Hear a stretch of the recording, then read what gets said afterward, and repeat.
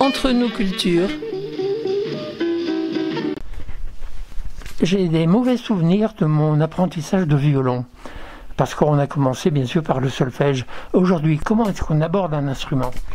Alors, on commence d'abord par un cours de formation musicale qui est basé sur l'expression de l'élève. Donc l'élève va chanter, danser, pouvoir découvrir son orientation artistique.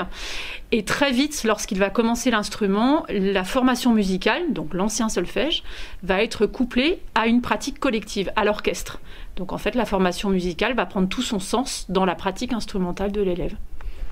Ça existe encore, les dictées musicales ? Oui, parce que ça n'est pas inutile, c'est simplement la façon dont on aborde les choses qui a un petit peu évolué.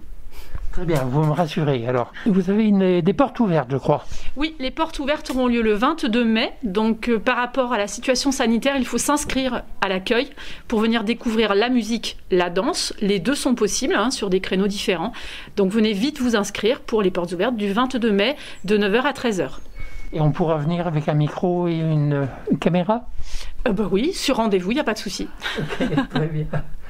Et là, vous nous prêtez donc une vidéo qui présente l'entrée en conservatoire. Oui, absolument. C'est une vidéo que l'on a constituée en vue des portes ouvertes qui devaient peut-être être virtuelles. Donc on s'était dit qu'il fallait aussi pouvoir répondre aux portes ouvertes d'une autre manière. Donc ça nous a permis de créer une vidéo avec un support en images de choses qui se sont faites au conservatoire et une explication la plus simple, on le souhaite, des cycles pour prévenir effectivement un élève qui veut s'inscrire de ce qui va l'attendre tout au long de son chemin artistique. Merci beaucoup. Avec plaisir.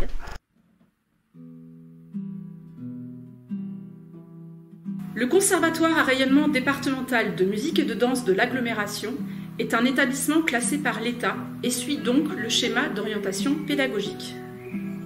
Le parcours d'un élève s'effectue à travers des cycles.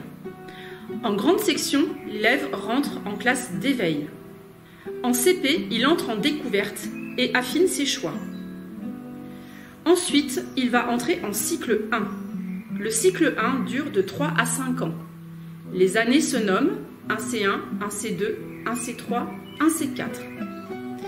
À la fin du cycle 1, il y a un petit examen de passage pour entrer en cycle 2. Le cycle 1, pour l'élève, est une façon d'aborder les fondamentaux dans les différentes disciplines. En cycle 2, qui dure également de 3 à 5 ans, nommé 2C1, 2C2, 2C3, 2C4. Ce cycle va permettre à l'élève d'acquérir une autonomie pour lui permettre à tout moment de devenir un amateur accompli. Le cycle 3 a deux chemins possibles. Le chemin amateur, qui à la fin permettra à l'élève d'obtenir un certificat d'études musicales, CEM, ou certificat d'études chorégraphiques, CEC. Ou bien un chemin plus professionnel avec une entrée en classe préparatoire appelée CEPES. Quel que soit le choix et l'orientation de l'élève, l'équipe tout entière du conservatoire est là au quotidien pour accompagner l'élève et trouver son chemin artistique qui lui est propre.